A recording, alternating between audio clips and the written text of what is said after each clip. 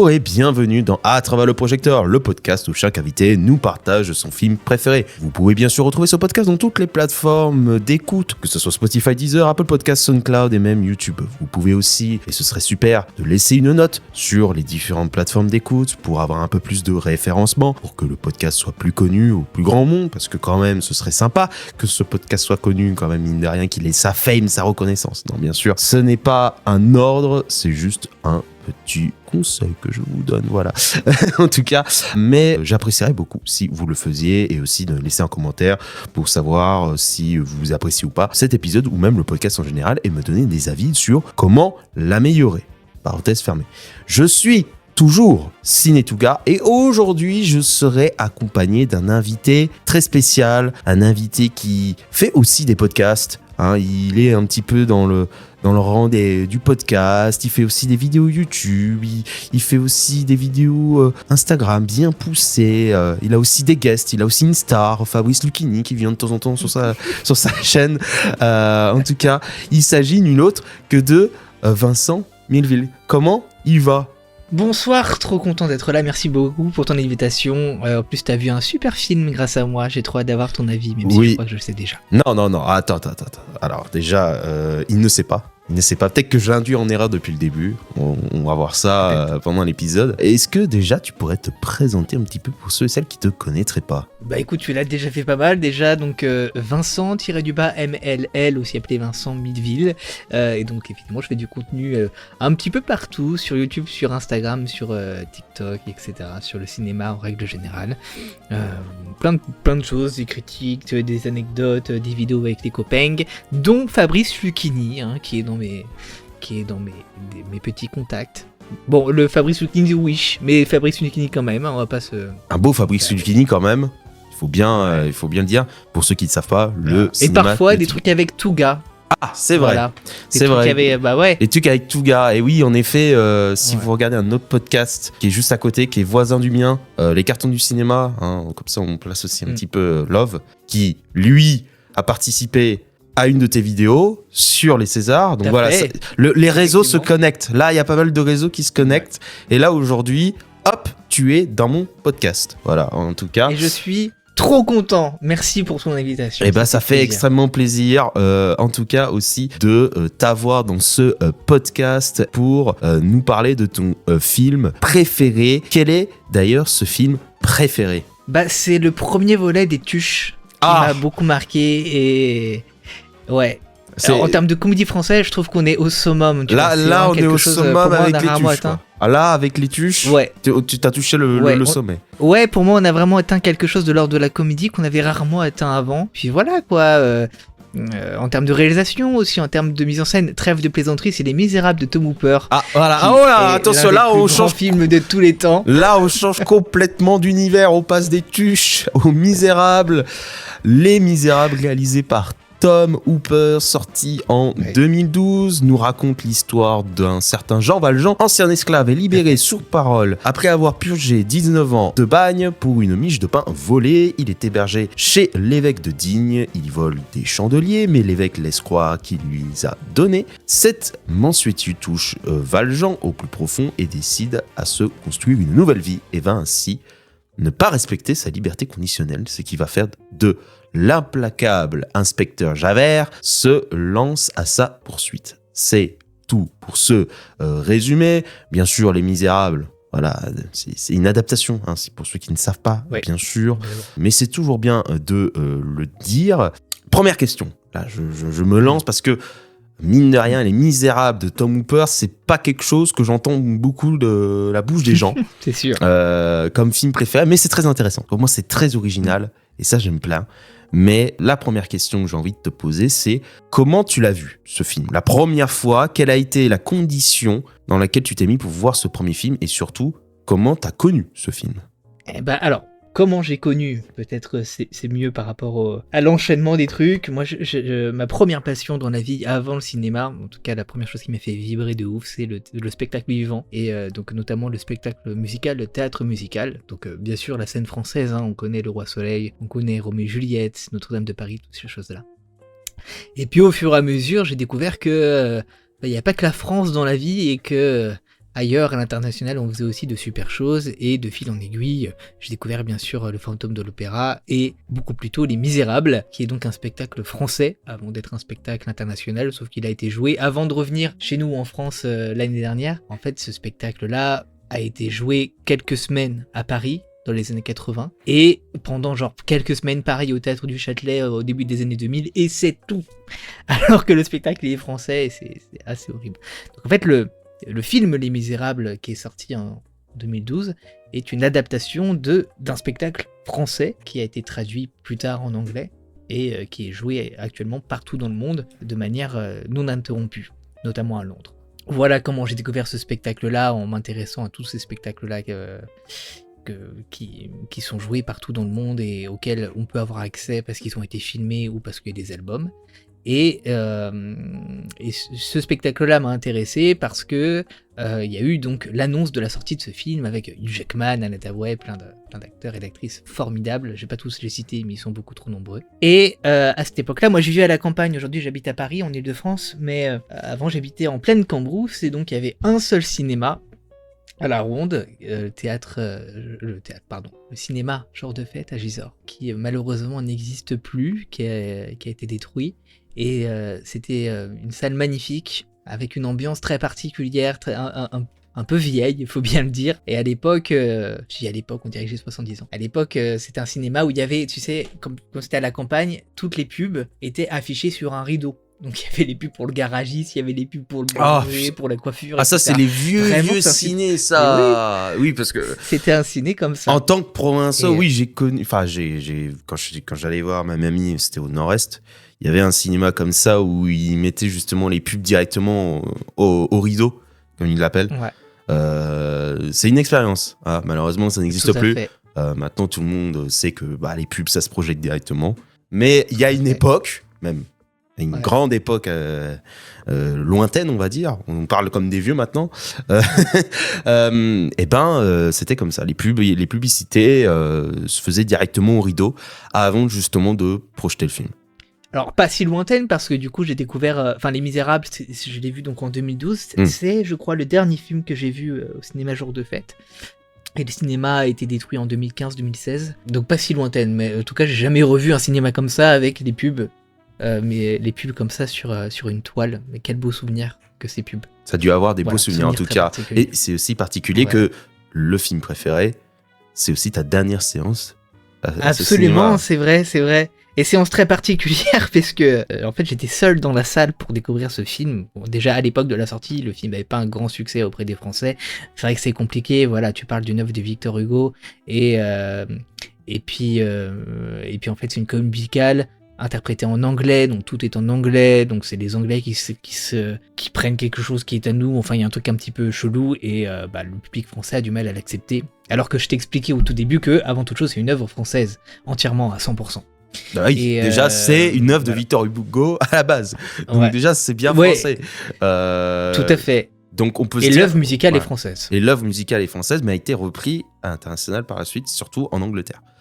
Exactement, mais en fait, elle a été traduite. C'est vraiment une traduction littérale du spectacle franchouillard, comme on l'aime. Et donc voilà, je suis tout seul dans cette salle de cinéma à découvrir ce film qui deviendra mon film préféré assez rapidement, et je me rends compte assez vite que ce que je suis en train de vivre, ce que je suis en train de voir est extraordinaire. Et puis voilà, je le découvre dans cette ambiance-là, tout seul, dans cette salle extraordinaire, pleine d'histoire et chargée d'histoire et de vie.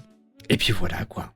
Chargée d'histoire et de vie, et tu es dans cette disposition parfaite. Tu es, j'imagine, au centre de la salle de cinéma, t'es tout seul. Là, t'es complètement plongé dans le film. Qu'est-ce qui t'a marqué dans cette séance? Quels a été les éléments pour te dire mais qu'est-ce que je suis en train de regarder là?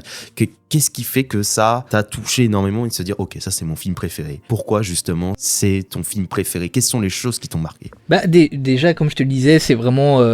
moi, le spectacle vivant, c'est quelque chose que j'aime énormément, et ce qui est important pour moi au cinéma quand on fait des comédies musicales, et c'est quelque chose qui est très très rare, même encore aujourd'hui, c'est d'assister au cinéma, de toutefois assister à des performances. Et en fait c'est vraiment rare. C'est le cas effectivement des Misérables, c'était le cas l'année dernière de Wicked, qui pour le coup je n'ai pas aimé pour plein de raisons. Mais Moi j'ai bien aimé.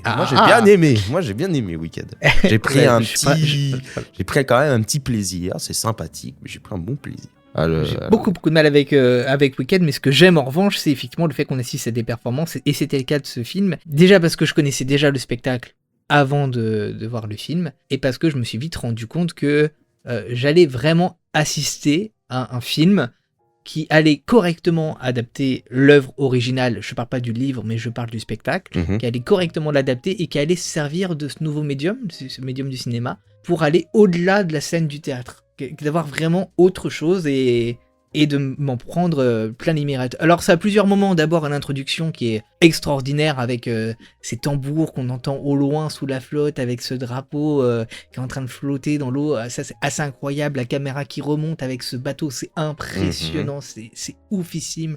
Avec cette chanson d'ouverture, Lockdown, qui est extraordinaire.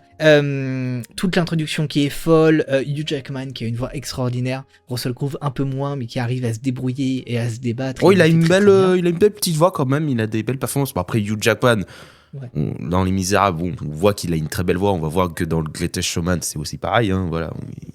Il a une très belle voix, en tout cas.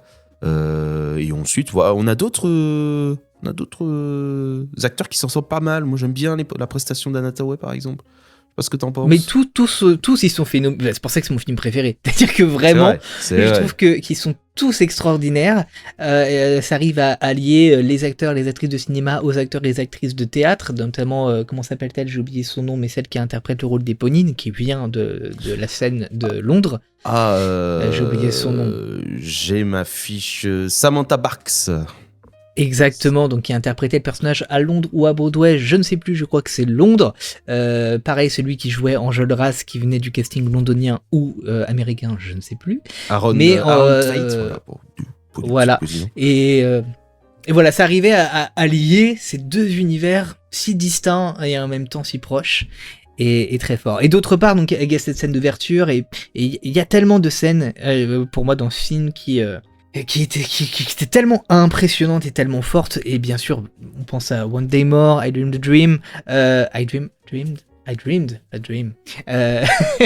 Il y a donc One Day More, toutes les scènes de barricades qui sont extraordinaires et que je me remets souvent avec plaisir. Souvent, je mets juste le Blu-ray du film. Je me mets juste les scènes de barricades parce que je les trouve incroyables et j'ai besoin de me reprendre cette petite claque dans la gueule pour continuer ma journée. Et après, je reviens à ce que je faisais.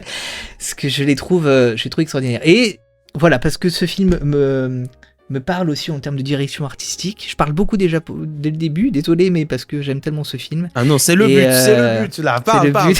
C'est ton film préféré, c'est ta connexion, donc faut parler. On veut comprendre. Et ouais, c'est cette direction artistique-là si particulière de Tom Hooper, qui est cette caméra à l'épaule, en courte focale, si proche des gens, au point de les déformer presque quasiment, mais d'être vraiment collé à eux et à elles, collé aux émotions, et puis aussi collé à l'énergie de la scène.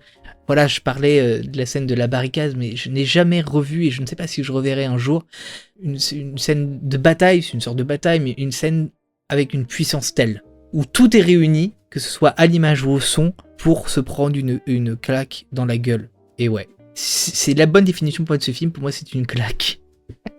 Mais je comprends néanmoins que ça peut ne pas plaire à tout le monde, c'est une comédie musicale, ça dure 2h30, ça chante effectivement tout le temps, c'est le but. Non, finalement, c'est une adaptation d'un spectacle qui chante tout le temps et ça le fait très bien.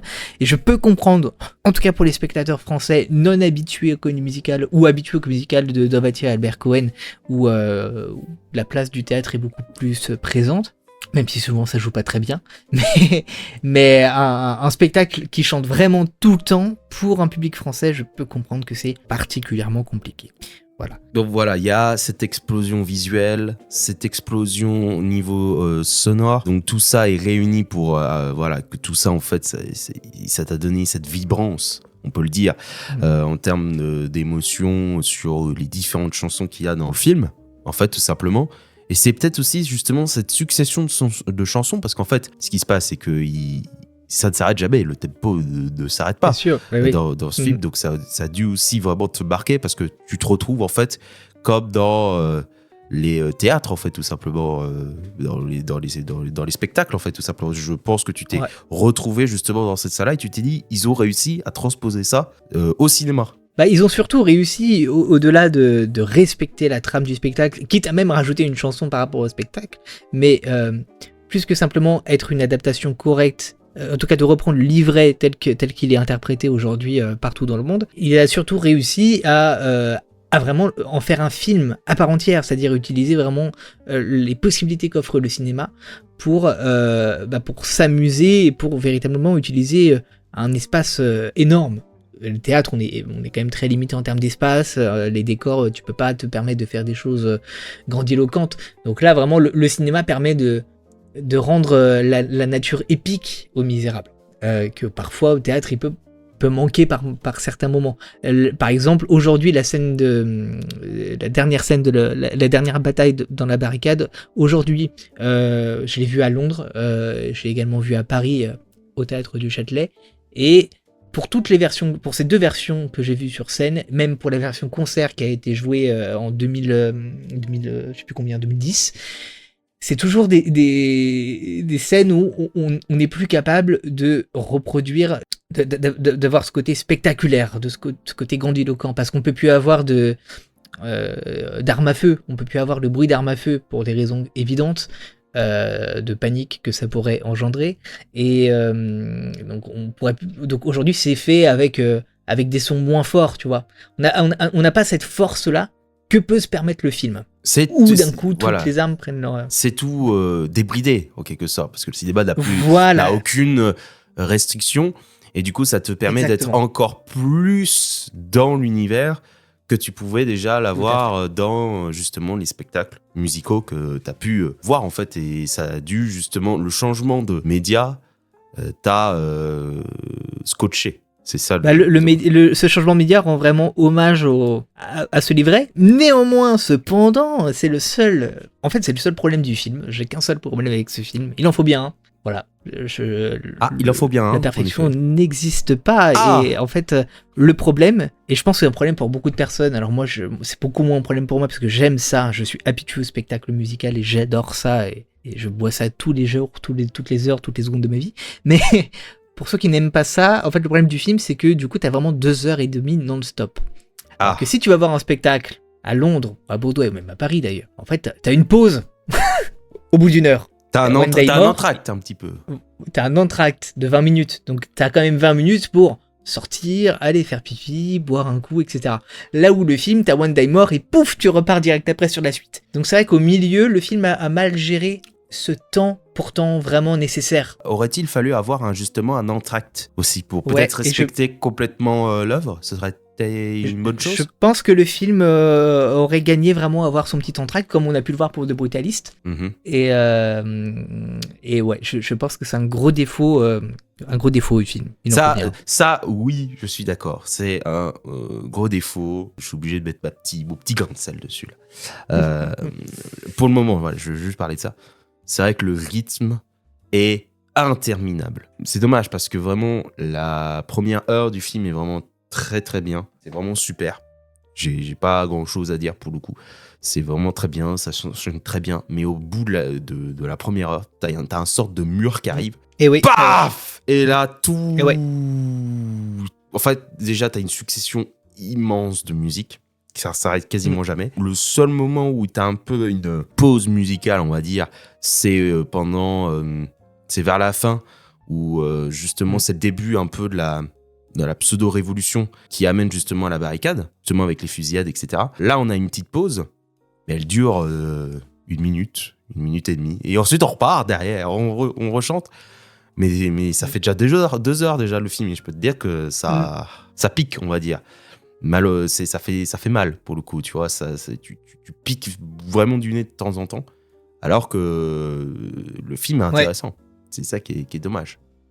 Et ça, je peux vraiment le comprendre. Je peux vraiment le comprendre qu'on puisse avoir du mal avec ça, d'un film qui chante non-stop. Et ouais, ça peut être compliqué. En fait, pour moi, le problème, pour moi, le film atteint ce problème-là, ce mur dont tu parles. Je l'ai également, alors que je suis amoureux de ce film, et j'ai ce truc-là de mur à chaque fois. Et c'est au moment où on arrive sur... comment s'appelle cette chanson je ne sais jamais comment s'appelle cette chanson. Les Amis de l'ABC. C'est à peu près à ce où dans le film, moment-là- à peu près, pour se situer. Ah, juste après Do You Hear the People Sing. Oui, ben ça m'arrange C'est pas. vraiment au milieu du film. Ah, ok. One Day More, Do You Hear the People Sing, et juste après on arrive pas très loin, on arrive aux Amis de l'ABC. Ça, à ce moment-là, la musique elle est particulièrement longue, et même moi qui aime vraiment ce spectacle, déjà dans le spectacle c'est vraiment la partie qui me plaît moins, disons. Mais comme après, on revient assez vite dans un truc un peu intéressant, c'est ok. Tu rembarques facilement dedans, quoi. Ah ouais, Pas trop moi près. je suis reparti. Ah, pour Je suis reparti. les néophytes, c'est très compliqué. Là, tu vois, comme Ah moi, oui. par exemple. J'entends. Reprendre le train derrière, là, c'est compliqué. Alors, la fin est vraiment sympa, justement, et on va y revenir sur ces différents points. La fin est vraiment sympa. Mais, il y a un gros ventre mou, quoi. Où j'étais en mode, est-ce que je vais le faire? Est-ce que je vais le terminer, le film? Elle dit, allez. Ventre mou qui aurait pas eu effectivement, ou peut-être moins, avec un petit entracte au milieu. Un petit entracte, et ça aurait fait aussi un bel hommage, justement, au spectacle. Ce qui aurait été plutôt pas mal, en soi aussi. Ouais. Ce qui aurait été assez logique. On peut reprendre des éléments d'autres médias qu'on peut insérer dedans. Hein. Comme tu l'as dit, The Brutalist l'a fait récemment. C'est l'exemple le plus récent où ils ont fait un entracte qui sert bien le film. Donc au final, c'est vrai que Les Misérables auraient pu mériter ce petit entracte, mais bon, ils l'ont pas fait. Ils l'ont fait en un bloc et ça se ressent. C'est le plus gros point noir du film, je suis assez d'accord là-dessus. C'est son rythme qui... Je suis désolé, hein, si vous voulez voir le film, préparez-vous. Ouais, il faut être prêt. Hein, pour 2h30, c'est compliqué parce que même si c'est un film musical, même si c'est un genre où je suis pas non plus le plus grand friand, mais il y a des choses que j'aime bien hein, dans les musicals, c'est long. Hein. C'est très très long, 2h30, avec une... En plus, c'est pas des musiques qui sont... je sais même pas combien de musiques au total, mais je pense qu'on y est sur au moins plus d'une trentaine, quasiment une trentaine. Une quarantaine, ouais. 40, voilà, donc une quarantaine, c'est immense.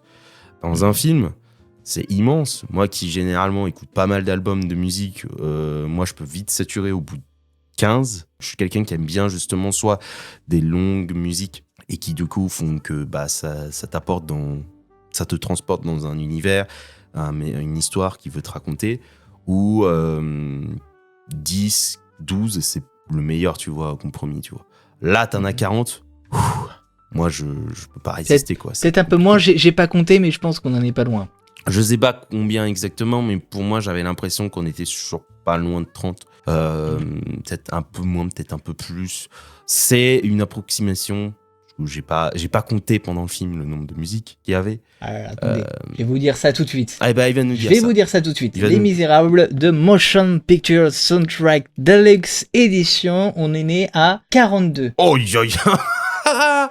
42, ouais. Voilà. Donc, vous attendez-vous à voir 42 musiques plein pot pendant 2h30. Préparez-vous. Mais c'est pour ça que si quelqu'un me demande par exemple qu'est-ce que tu me conseillerais peut-être pour commencer le cinéma musical, clairement je dirais j'aurais pas cette personne vers Les Misérables. C'est une œuvre qui demande d'apprécier ce genre-là, d'apprécier Les Misérables en règle générale, et c'est une œuvre qui est complexe. Tu conseillerais plus quoi, tu vois, pour course. quelqu'un qui veut se lancer dans le musical, pour se lancer de façon... La La Land, West Side Story, D'où l'on vient, j'ai adoré D'où l'on vient, c'est un film extraordinaire. In the Heights, le titre original. Tu l'as vu, In the Heights ? Non, je l'ai pas vu. Alors, on me l'a recommandé, mais je l'ai pas encore vu. Film extraordinaire qui parle de la communauté, comment dit-on, qui parle espagnol, j'ai oublié le mot. Hispanique. Bon, tu m'as compris. Hispanique. Des communautés hispaniques qui vivent à New York, qui sont menacées de devoir se barrer plus loin enfin, Manhattan, il y a un quartier, ils ont un quartier tout entier, mais sauf que c'est de plus en plus cher et il faut qu'ils se barrent, etc. Donc ça raconte ça. Et le racisme ambiant, etc. Et c'est super intéressant. Et la musique est incroyable. C'est par Lin-Manuel Miranda qui travaille énormément avec Disney ces derniers temps, qui a du mal à faire des œuvres intéressantes ces derniers temps aussi. Voilà, malheureusement. Aïe. Tacle glissé bien placé là. Ça fait un peu mal. Ce fut un génie, ça ne l'est plus, voilà, donc peut-être que c'était un coup de chance, on ne sait pas, mais bon, voilà. En tout cas, c'est des films que je conseillerais. Avant d'arriver sur Les Misérables, quoi. C'est ça. Avant d'arriver en tout cas sur une œuvre plus compliquée comme Les Misérables, ou alors carrément de s'attaquer à des captations scéniques comme Hamilton sur Disney+, ou l'incroyable comme From Away sur Apple TV+. Regardez ça, c'est extraordinaire. Et je conseillerais peut-être l'un de ces deux-là, parce que pour le coup, ça chante vraiment non-stop sur toute la durée, et c'est tout à fait digeste. Voilà, pour vous habituer avant d'aller dans Les Misérables, parce que c'est vraiment... Exactement. Les Misérables, je vais vous dire mon avis, c'est un bon film. Voilà, Vincent, il va être content parce qu'il avait peur justement que je l'avais pas su. C'est un plutôt bon film. Oui, il a beaucoup de problèmes, mais c'est quand même une bonne expérience au demeurant. Mais son plus gros point faible, et on vous le dit, hein, même Vincent vous le dit, c'est son rythme qui est vraiment, c'est dur. Donc il faut se préparer. Il faut avoir un entraînement. Vous voyez, c'est comme s'entraîner au marathon. Il faut vraiment être paré pour cette expérience. Mais je le dirais pas comme ça. Ah, tu le dirais comment ? Pour moi, le film n'a pas de problème de rythme. Pour moi, le film a du mal avec ce truc-là en un bloc. Et c'est pas un souci de rythme, si tu veux. C'est plus un souci d'équilibrage, en fait. Entre l'acte 1 et l'acte 2, où normalement, si t'as un entracte, c'est ok, mais là, étant donné qu'il n'y a pas d'entracte, il y a un problème d'équilibrage. Ton cerveau, il a envie de te dire, bon, peut-être que là, on vient d'avoir... Parce que tu sais, dans les spectacles, en règle générale, même en France, t'as le premier acte, et à la fin du premier acte, t'as un grand tableau, avec souvent tous les acteurs et actrices qui reviennent tous ensemble pour chanter en chœur. Et cette scène-là, c'est censé te dire, bon, ok, là on va faire une pause, mais t'as vu cette dernière scène-là, elle était grave cool, t'as pas envie de te barrer, t'as envie de voir la suite. Tu vois, donc il y a un gros moment comme ça où c'est censé te dire, ok, te barre pas, la suite elle est incroyable. Là, ce que tu viens de voir, c'était fou. Donc t'as ça dans tous les spectacles. À la fin du premier acte, t'as la grosse scène. Les Misérables, c'est donc One Day More, où à la fin, t'as tout le monde qui vient chanter en chœur et ça termine sur One More Day, One Day More, et tout le monde chante et tout le monde hurle, c'est génial. Et donc là, le fait est que, comme ça reprend tout de suite après, le cerveau, il a peut-être du mal à comprendre, en fait, qu'on a eu une grande scène avec une ampleur énorme, et que tout de suite après, on arrive sur un début, une nouvelle ouverture. Et donc il y a un truc qui marche pas dans l'équilibrage. Mmh. Parce que les deux ne peuvent pas s'aligner si ça repart directement. Et c'est compliqué, parce qu'on vient d'assister à une explosion, tu vois, on se dit, voilà, on s'est pris tellement dans la gueule, ça nous a investi, et du coup, ça nous fatigue pour la suite. Parce qu'après un gros moment, des grosses scènes et des gros moments, généralement, il faut des choses pour se calmer. Des fois, comme là, justement, calmer le rythme, c'est briser complètement l'équilibre, en quelque sorte, comme tu le dis, pour le film, et c'est là où on arrive à ce mur, comme on dit depuis tout à l'heure, le mur, qui en réalité, peut-être, tu le dis plutôt pas mal, c'est un problème d'équilibrage, malheureusement, qui fait que il aurait bien eu besoin de sa pause, malheureusement, et pourtant, il l'a pas eu. Mais c'est le seul... Est-ce que tu as vu, par exemple... bon, j'aime pas du tout ce film, mais il a plein de qualités, mais bon, je l'aime pas. Est-ce que tu as vu Le Fantôme de l'Opéra, sorti en 2006 ? Ah, Le Fantôme de l'Opéra en 2006 ? Non, je l'ai pas vu, non. 2006 ou 2005. Donc c'est adaptation, pareil, d'un spectacle britannique. Lui-même adapté d'un roman français. Et pareil, ça adapte tout le spectacle en un seul bloc. Ça adapte très bien d'ailleurs. Et en fait, ce qui est différent, c'est que dans le spectacle à Londres, quand le premier acte se termine, ça se termine par des explosions. Il y a un peu d'effets d'artifice et de machin comme ça. T'as un lustre qui tombe sur les spectateurs. Bien sûr, pas jusqu'aux spectateurs. Hein, ça tombe juste au-dessus des spectateurs. Allez, on va tuer les spectateurs. Ah, c'est parti. Allez. Donc il y a un effet spectaculaire qui se passe, comme je t'ai dit, à la fin du premier acte, t'as l'effet spectacle. Et dans le film, ils ont réussi à terminer le premier acte par toujours le lustre qui tombe, mais c'est pas l'élément de spectacle. Tu vois, c'est pas le truc où tu te dis waouh, d'un coup il y a un truc oufissime. Et en fait, le truc oufissime, il se passe juste après à la reprise de l'acte 2 avec la chanson Mascarade. Où là, t'as une scène grandiose, un grand bal avec plein de figurants, etc. C'est une scène extraordinaire. C'est l'une des seules scènes extraordinaires du film. Et du coup, ça réussit bien dans le sens où le début de l'acte 2, c'est la scène forte. Là où Les Misérables, c'est la fin de l'acte 1 qui est la scène forte. Et du coup, t'es moins dans cette problématique, on dit depuis tout à l'heure, d'équilibre, parce que du coup, on s'attend à ce que ça arrive à ce moment-là, mais en réalité, on nous zappe plus, on nous brain en quelque sorte pour plus loin, et du coup, ce qui fait qu'on est plus investi, mine de rien. Bah, c'est plus dans le fantôme, on sent qu'on a terminé un acte. Au moment où l'acte 1 se termine, on sent que l'acte s'est terminé et qu'on arrive... Bon, bah, je connaissais le spectacle avant de voir le film, donc je suis peut-être un peu biaisé. Hein. Mais on sent que l'acte se termine, je crois, quand même, et qu'on arrive sur un autre acte. Donc là, il y a le moment de fatigue où on se dit oh, est-ce que peut-être j'ai la force de continuer voilà, ça chante tout le temps, c'est chiant. Et en fait, non, parce que la scène du premier acte, c'est la scène spectacle. Et elle est extraordinaire. Donc on se dit bon, je vais continuer quand même. Ça a l'air cool. Ça a l'air cool. Et voilà. Ça a l'air cool. Alors que Les Misérables, c'est différent. Voilà, tu te dis, waouh, la scène, elle était forte. Ah, mais attends, ça a l'air chiant ce qui se passe là. Est-ce que j'ai vraiment envie Je sais pas. Là, c'est un peu différent, tu vois. Oui. Mais voilà, dans tous les cas, il faut aimer. Enfin, ça reste toujours la même chose. Voilà.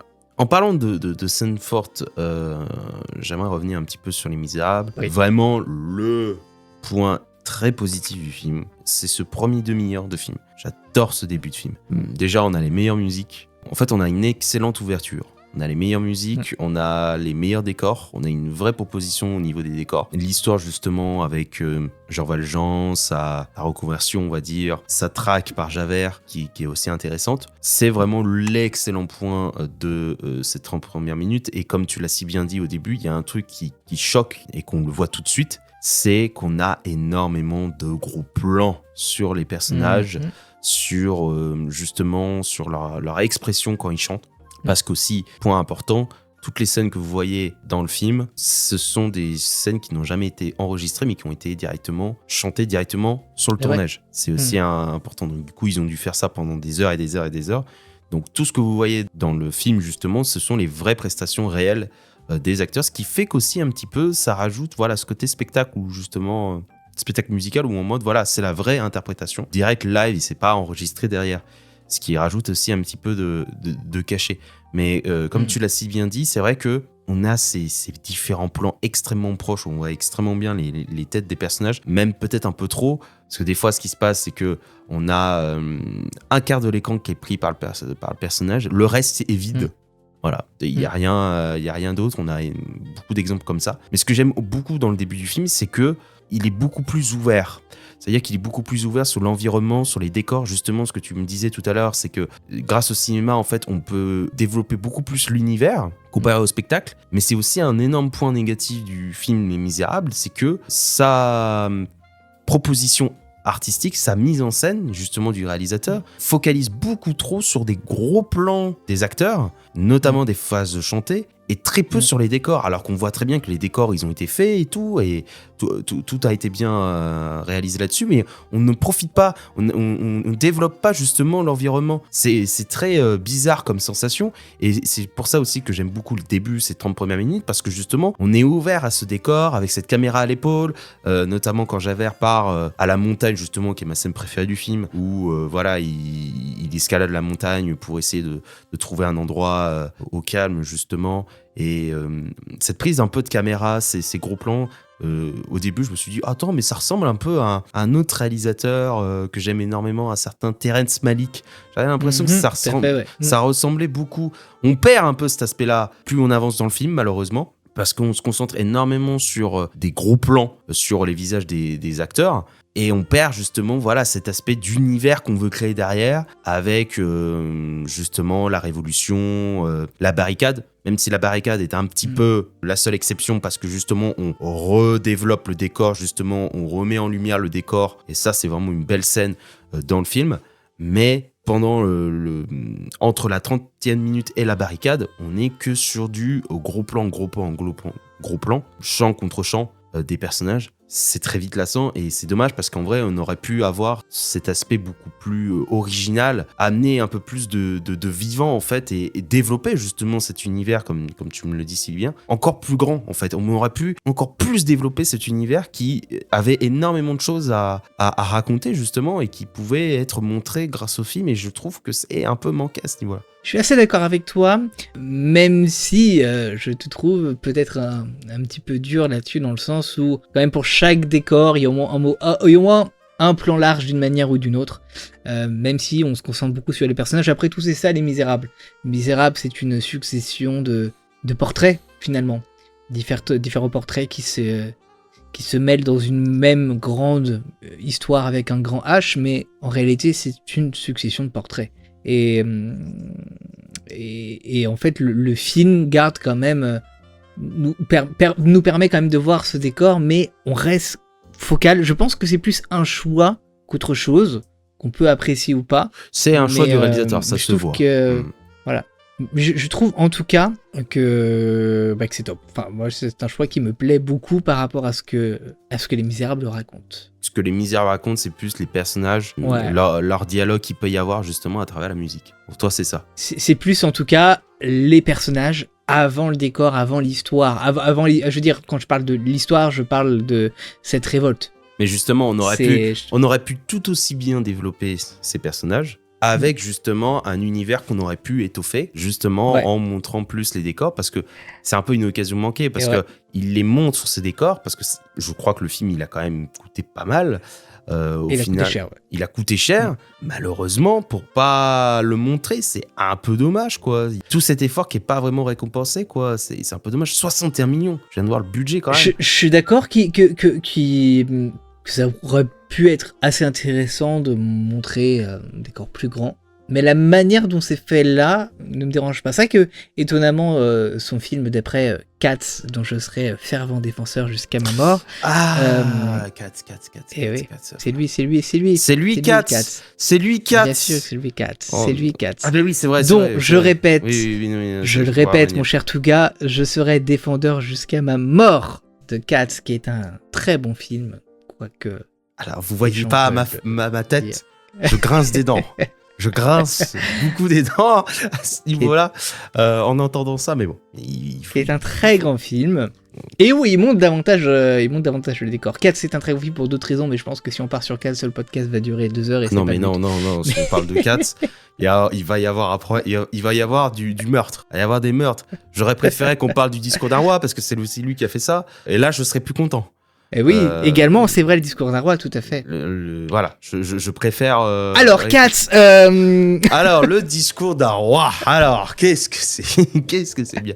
Alors, Cats Non, on va pas... Bah tiens, en parlant un petit peu de sa filmographie, qu'est-ce que tu penses un peu de sa réalisation dans l'ensemble de Tobe Hooper ? Est-ce que c'est un de tes réals préférés maintenant ? Est-ce que t'aimes beaucoup ce qu'il réalise, en tout cas, ses œuvres, en tout cas, bon. 4, on sait, t'aimes beaucoup. Mais est-ce que ces autres films, tu les as vus ? Et qu'est-ce que t'en penses ? Et est-ce que t'aimes bien son approche, justement, sur sa réalisation ? Alors, ce qui est cool avec Tobe Hooper, c'est qu'il n'a pas une filmographie XXL. Il a une filmographie relativement légère. Et je crois que j'ai quasiment vu l'ensemble. Il doit manquer peut-être 2-3 trucs, je ne sais pas. Je ne sais plus. Et donc, j'aime beaucoup son travail dans Cats, effectivement, de ce qu'il a fait... d'offrir une histoire à Cats, parce que j'ai vu le spectacle en vrai et que j'avais pas du tout aimé, et pour le coup au moins il y a une histoire et qui est plutôt sympa. Discours d'un roi, je le trouve extraordinaire également. Pareil, j'adore son travail de direction artistique, j'adore ce qu'il fait avec la caméra, j'adore son goût du décadrage, j'adore son goût de l'épaule, j'adore son goût des gros plans, j'adore. J'aime aussi beaucoup ce qu'il a fait, pareil au niveau des directions artistiques de la série His Dark Materials, donc en français c'est À la croisée des mondes. Donc j'aime beaucoup ce qu'il a fait avec cette série, qui est super dommage avec les séries, mais c'est normal après tout. Plusieurs saisons, plusieurs épisodes, c'est que souvent on a une personne, un groupe de personnes qui dirigent la création artistique, la direction artistique, donc en l'occurrence Tobe Hooper. Mais en fait, en termes de réalisation, Tobe Hooper il a réalisé que les 2 premiers épisodes de la première saison. Généralement c'est ça le problème. C'est là où on sent... Voilà. Ils ont en tête l'idée de la série, mais ne réalisent que très peu d'épisodes généralement. Généralement c'est soit le premier et le dernier, comme tu viens de le dire, les 2 premiers. Ce qui est un peu dommage. C'est très con parce que c'est vrai que les 2 premiers épisodes sont excellents, où on a vraiment sa patte, donc avec du décadrage à foison, des gros plans dans tous les sens, etc., comme on les aime, de l'épaule aussi. Et les autres réalisateurs et réalisatrices sont beaucoup plus calmes sur ces procédés artistiques-là. Et je trouve ça un petit peu dommage. Mais ma foi, quand c'est lui qui réalise, à chaque fois, je suis très client. Et j'ai hâte de voir ce qu'il va nous faire dans les prochaines années. C'est vrai que Cats, ça a mis un petit stop à sa carrière. Ah, ça, J'ai c'est beaucoup bon. de mal à comprendre pourquoi. Ah bon. J'ai beaucoup de mal à comprendre. T'as beaucoup de mal à Pourquoi ce film a... T'as beaucoup de mal à comprendre. Tu veux que je te donne la note sur Letterboxd ou on passe au reste? Je pense que les gens ont de la merde dans les yeux et du caca dans les oreilles. Ah oui, donc tu fais partie des gens qui... Bon, il y en a. Il y a 4%. Bah, je t'ai dit. Sur Letterboxd, il y a 4% des gens qui ont mis 5 étoiles au film. Bravo. Ah mais je mets pas 5 étoiles. Ah, tu lui mets combien? 5 étoiles. Tu lui mets combien alors? Ah, je lui mets un 3,5. Ah bah là, tu fais partie du 1%. Bravo. Bravo. Il fait partie du 1% des gens qui mettent 3,5. Moi, je rejoindrais plutôt les gens à 41% qui mettraient 0,5. Voilà. Non. Je... Non, je peux pas accepter parce qu'il y a tellement de moments chouettes dans ce film. Alors bien sûr, si on lui enlève la scène avec les souris qui dansent, voilà. Non mais attends, c'est pas parce qu'on enlève qu'une scène que ça va sauver le film. Hein. Il y a pas que ça comme problème hein, dans le film. Hein. Mais en fait, parce que les gens ont pas compris, bon voilà, il faut que je parle des Cats quand même, parce que c'est le même réalisateur, il faut que j'en parle et c'est un film que j'aime beaucoup. Parce que les gens ont du mal à comprendre, c'est que Cats... c'est de la fantaisie, enfin c'est de la fantaisie, c'est-à-dire que c'est pas réaliste, ça n'a jamais été. Alors je pense pas que des chats chantent dans la vraie vie, donc. D'une part, mais même en termes visuels, tu vas voir le spectacle c'était joué à Paris, ça ne l'est plus, mais tu vas voir le spectacle à Londres, je sais plus où c'est joué en ce moment, je pense que à cause du film ça n'est plus beaucoup joué, mais si, c'est joué à New York, bref. Tu te rends assez vite compte que c'est une œuvre plutôt étrange, voire limite un petit peu horrifique. Il y a un truc très très bizarre dans ce spectacle, et je trouve que Tom Hooper a bien réussi à rendre ce truc-là étrange et bizarre, ce qui, pour la plupart des gens, assez vite, ça a été plutôt « Oh, c'est moche !» Mais non. Je fais partie de ces catégories. C'est très moche. C'est très moche. Non, c'est pas moche. C'est bizarre. Mais c'est pas moche. C'est chelou. C'est étrange. Alors oui, c'est très étrange, mais c'est moche aussi. Je non, n'enlèverai pas cette idée. Une fusion entre un chat et un humain, ça y a problème. C'est bizarre. Ah, c'est bizarre. C'est bizarre. C'est dérangeant. C'est dérangeant, oui. C'est bizarre, c'est dérangeant, mais c'est moche quand même. Ah... Dites-nous dans les commentaires si vous trouvez ça que dérangeant ou si vous rajoutez aussi la mocheté derrière. Ça, j'aimerais bien savoir aussi. Parce que les gens mais c'est moche, mais c'est pas les effets spéciaux qui sont moches. C'est pas les effets spéciaux qui sont moches. C'est ce mélange qui est moche et bizarre et perturbant et tout ce que tu veux. Mais les effets en tant que tels, en réalité, ils sont plutôt incroyables. Bon, ils sont un peu foirés sur les mains. C'est vrai qu'ils se sont foirés sur les mains. Je suis le premier à le dire. Mais je trouve que il admet. Non mais il y a... Justement, je te dis 3.5. 3.5, c'est-à-dire que c'est loin d'être parfait. C'est-à-dire qu'il y a plein de défauts dans tous les sens. Il y a plein de problèmes. Mais je trouve que le film a été injustement mis dans un sac poubelle. Alors qu'il y a plein de choses géniales à venir y chercher. Et je pense que pour moi, le plus gros problème, c'est un problème de casting. Plus qu'autre chose, j'aime pas du tout le casting qui a été fait à part 2-3 personnages. Notamment, j'aime beaucoup... Quand même, il y a 2-3 noms quand même dans Cats. Il y a Idris Elba, Ian McKellen. Qu'est-ce qu'il fout là, Ian McKellen est formidable. Oui, Ian McKellen est formidable. C'est Taylor Swift est formidable. C'est peut-être le seul bon point, c'est Ian McKellen. Bon, Taylor Swift, pour la chanson, etc. Donc oui, ça aide un peu. C'est vrai qu'il y a Jason Derulo. Je me souviens de ça. Il y a Jason Derulo dans le film. Qui s'en souvient? Personne, hein.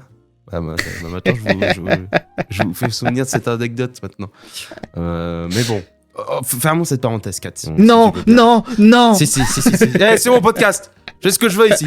Oui. Merde. C'est vrai. Non, ça va plus là. Vous voyez. On est là pour amis, parler de Cats, on est là pour parler de ton film préféré, Les Misérables. Ça va plus là. Chers amis, voyez Cats, qui est un film formidable, s'il vous plaît, avec un autre œil. Essayez de le voir avec un autre œil. Moi, je vous dirais, vous voulez voir des autres films de Tom Hooper avec une réalisation, voilà. De toute façon, comme on l'a dit, c'est la réalisation de Tom Hooper est assez spécifique, qui se rapproche un peu de Terrence Malick, en beaucoup moins bien, mais putain. Terrence Malick, personne peut toucher à ça. C'est trop bien, ce qu'il fait. C'est pas parce que pas parce que c'est un de mes réels préférés que je dis ça, mais tout ce qui touche, c'est de la grâce. C'est doux. C'est que comment il déplace sa carrière, c'est tellement doux, c'est magnifique. Alors que Tom Hooper, on sent que ça se rapproche un peu de Terrence Malick, mais bon, je ne retrouve pas cet effet-là. Tu vois, On sent ce Bah, qu'il il y a un côté plus brutal, il y a un côté plus, brutal, un peu raw, un peu... ouais, il y a un truc de l'ordre de l'énergie. De l'énergie non contrôlée. C'est plus brut, en effet. Alors que du côté de Terrence Malick, on est plus sur de la légèreté, sur de la pureté, comme ces films le racontent, même si des fois, tu vois, dans sa façon de faire, il y a des cuts qui ramènent à d'autres scènes qui reviennent un petit peu dans la même scène, ce qui fait que ça crée aussi une certaine énergie, mais qui est quand même fait de façon très douce, harmonieuse, harmonique. Et peut-être le mot parfait pour Terrence Malick. Donc, du côté de Tom Hooper, on est sur un côté plus industriel, plus brut. Voilà, c'est plus haché, c'est plus direct. Tu veux du gros plan, je vais te mettre du gros plan. Et boy, bam, tu veux la tête de l'acteur, tu veux Hugh Jackman en gros plan, paf, tu l'as. Voilà, tiens, tu le prends. T'aimes Hugh Jackman, tant mieux. Tu l'aimes pas, tant pis. Mais tu l'auras en gros plan. Et tu l'auras sur le côté gauche de l'écran. Le reste, il sera vide. Point. Ce qui aussi c'est différent. Voilà, c'est différent, c'est une approche plus différente. Mais c'est vrai que c'est une comparaison que j'ai trouvée pendant le film qui est plutôt vraie, au final, qui est plutôt juste. Même si dans le Discours du Roi, il y a un peu de ça, mais c'est un peu plus subtil, je dirais, dans le Discours du Roi, même s'il y a ça. Il y a cet affaire. Bah, je pense que le côté, comme il y a un côté film musical, je pense qu'il s'amuse beaucoup plus à aller chercher vraiment la performance. Oui, c'est vrai que du coup, tu vois. C'est vrai que pour le coup, c'est aussi un bon point, c'est que sa mise en scène, sa réalisation est plutôt adaptée pour des films musicaux. Ce qui veut chercher la performance des acteurs, la performance technique musicale. Pour le coup, ça marche plutôt bien. C'est vrai qu'il est plutôt pas mal à ce niveau-là. Sauf les petits points que je vous ai racontés avec les décors, etc. Mais ça, c'est plus de l'ordre du personnel. Mais c'est vrai que pour le coup, si on prend de façon purement théorique, technique, si tu veux représenter quelque chose, tu veux représenter des personnages avec des performances techniques, des performances musicales, sa manière de faire est plutôt bonne. Elle est même très très bonne parce que du coup, on peut voir chaque détail de ce que les personnages pensent. Il y a même 2-3 moments qui sont vraiment très très très bonnes, notamment avec des mimiques de Hugh Jackman qui, quand il chante, notamment quand il parle avec Javert, il l'a pas encore découvert et qui croit qu'il se fait découvert et que du coup, il est un peu inquiet et qu'après quand Javert le répond en chantant et qu'il dit « Ah, monsieur le maire, etc. », tu vois sa tête qui se décompose, tu vois sa tête bien comme il faut, tu vois vraiment tous ces petits traits qui... il est relâché, du coup, même dans sa mimique, dans sa façon de faire, tu vois que c'est assez organique. On sent que, tu vois, il n'y a pas vraiment de...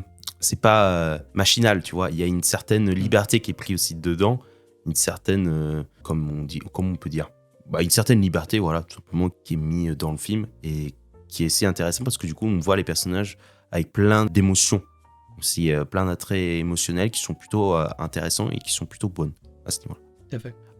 Aussi, petit point, on a parlé brièvement des performances musicales parce qu'il faut bien quand même parler du point central du film, la musique. La musique. Et les musiques ? Alors, il paraîtrait qu'il y a quelques musiques. Si vous revenez un petit peu dans le podcast, j'ai cru entendre qu'il y en avait 42. 42. Voilà, 42 petites pistes audio.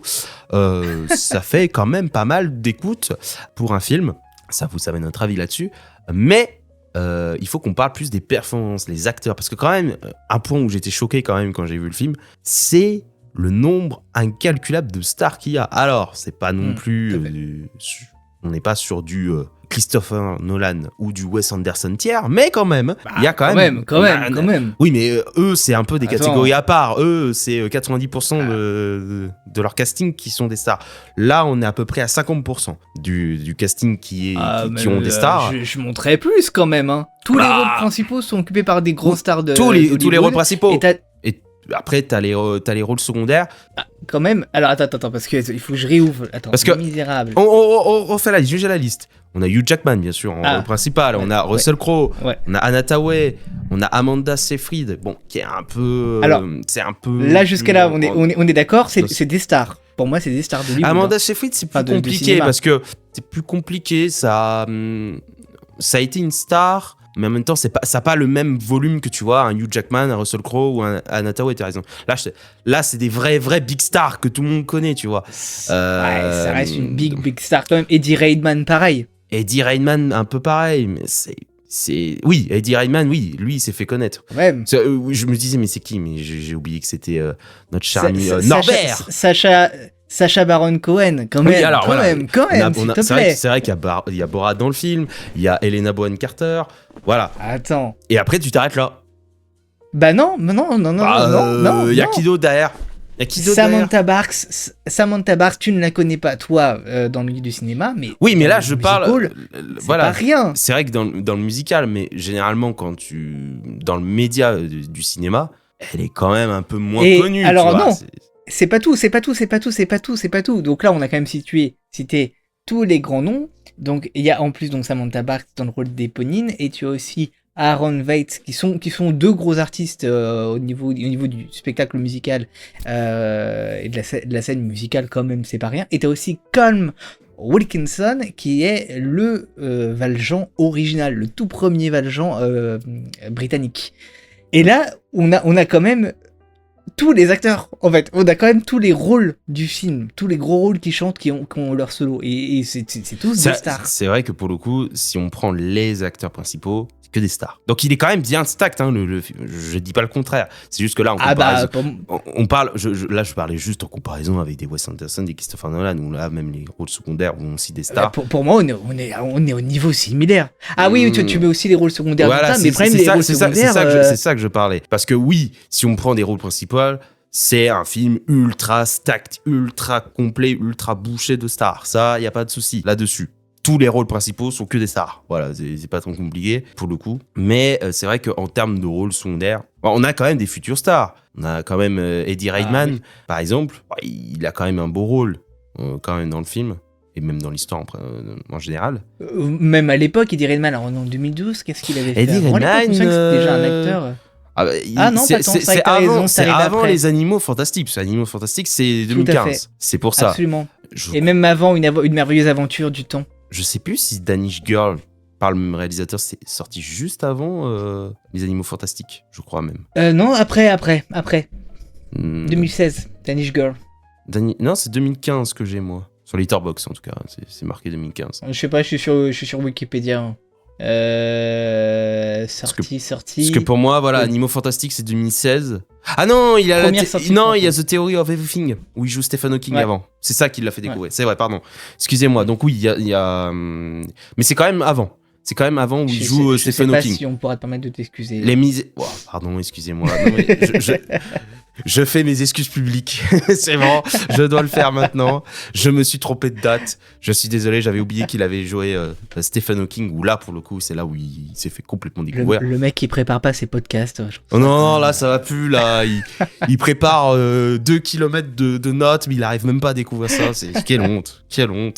Boycotter Ciné Touga, si ça continue. Ça va plus. Je fais mal mon boulot. Non, c'est vrai qu'on a on avait des stars bien établies et on a des stars qui étaient en devenir, en tout cas, surtout avec Eddie Redmayne dans tous les cas. Mais c'est vrai que voilà, le film est quand même bien stacked pour le coup, mais il faut qu'on parle des performances. Voilà, parce que le point initial, c'était les performances. Les performances. Et pour le coup, moi... Alors là, les amis, on va parler des performances. Oui, tout à fait. Là, il y a un problème. Là, il y a un hic. Parce que... toi, tu dis que voilà, toutes les performances sont incroyables. Oh putain, attention, Touga. Fais attention à ce que tu vas dire. Je sens que on va m'attaquer très très vite sur ce que je vais dire. Je sens que ça monte. La moutarde monte au nez, j'ai l'impression, je le sens. La grande majorité des performances, en tout cas la grande partie, au moins les 2/3, sont très bonnes, au moins de bonne facture. Mention spéciale à Hugh Jackman, bien sûr. Super, fantastique. Russell Crowe, moi, je l'aime bien. Comparé à toi, tu l'aimes pas trop. Moi, bien sûr, la performance qui m'a le plus marqué, c'est celle d'Anna Hathaway. Notamment lors de sa dernière... je sais plus si c'est sa dernière... Non, c'est pas celle où elle est à l'hôpital, mais celle juste avant, où elle pleure en chantant. La chanson principale, ouais. Oh là là, ça là... Ça m'a foutu des frissons. Pour le coup, j'aime bien aussi les chansons avec Sacha Baron Cohen et Helena Bonham Carter. Là justement, c'est un bon exemple de utiliser le décor, utiliser l'environnement et raconter l'histoire en même temps. tu vois, sans des gros plans, tu vois. Ça, c'est un peu l'exemple même où je dirais que là, l'environnement est très bien utilisé à sa juste valeur, tout en ayant justement ces expressions visuelles. Je trouve que c'est le meilleur exemple et c'est la meilleure scène pour ça, je pense, en termes d'exemple, tout ça. Mais, je dois quand même mettre un mais, c'est que tant bien que mal, la fin est cool, les performances musicales, je les aime moins. Il y a un problème. Que ce soit déjà avec Cosette, donc jouée par Amanda Seyfried, a un peu plus de mal. Que ça soit avec Eddie Redmayne, j'ai un peu plus de mal aussi. Et que ça soit... je sens que je suis en train de lâcher un lion qui va m'attraper. Mais continue, on t'écoute. Bah oui, écoutez-moi jusqu'à la fin et toute la partie justement du groupe des révolutionnaires, c'est des chansons c'est un peu plus en dents de scie malheureusement, qui m'ont pas impacté, qui sont pas trop marquantes, pas très marquantes, je trouve justement. Et c'est attends, ton problème c'est les performances ou c'est les musiques? Il y a les musiques et les performances. Les deux sont assez liés, justement. Les musiques sont pas percutantes et en même temps, les performances n'ont pas aidé non plus à ce que ça devienne aussi percutant. Tu vois. Malheureusement. C'est tout ce que j'ai à dire. Alors. Là, il y a beaucoup de choses à digérer, je sais. Ça fait très mal à entendre. Vraiment pas d'accord par rapport à Amanda Seyfried. Donc moi j'ai eu la chance d'aller voir le spectacle à Londres, c'était en 2014 à l'époque. Quand je l'ai vu, j'avais été justement un petit peu déçu par la personne qui interprétait Cosette. Parce que le truc c'est que Cosette, c'est plutôt un personnage avec une voix très aiguë, tu vois. Donc il faut réussir à le tenir et en même temps lui donner un peu de puissance, lui donner un peu de... Voilà. Et je trouve que Amanda Seyfried le fait assez bien, elle a bien ce truc-là... pas niais mais presque du premier amour, et elle interprète très bien. Et puis en face Eddie Redmayne est pour moi impressionnant, extraordinaire. Moi en fait du musical, passage que je préfère sur scène, sur les versions concert ou autres, c'est la chanson Empty Chairs at Empty Tables, en français c'est Seul sous la table vide, qui est une chanson extraordinaire. Et généralement, j'ai plutôt du mal avec les gens qui l'interprètent. C'est rare d'avoir vraiment des gens qui l'interprètent bien. Et Eddie Redmayne l'interprète avec une précision et avec d'une façon qui n'appartient qu'à lui, un petit peu parlé, proche du parler. Et je trouve qu'il le fait très bien. Et j'adore sa prestation. Là où, voilà, je suis étonné que toi tu aimes bien la performance de Russell Crowe, qui est généralement assez critiquée et à raison. Il y a une vidéo très drôle où ils répètent leur performance pour les Oscars, donc où ils chantaient One Day More. Donc ils étaient tous réunis dans un studio et ils chantaient. Et en fait, Russell Crowe était incapable de chanter en rythme. T'avais le gars à côté de lui qui marquait le rythme avec ses mains, etc. Et il était incapable de chanter malgré ça à côté, tu vois. Et dans le film, c'est vrai qu'il est un petit peu faux. Et je trouve qu'au niveau de la performance vocale, ça y est pas. Au niveau de la performance, au niveau du jeu, c'est extraordinaire, mais pas au niveau de la performance vocale. J'ai aussi un petit peu de mal avec avec qui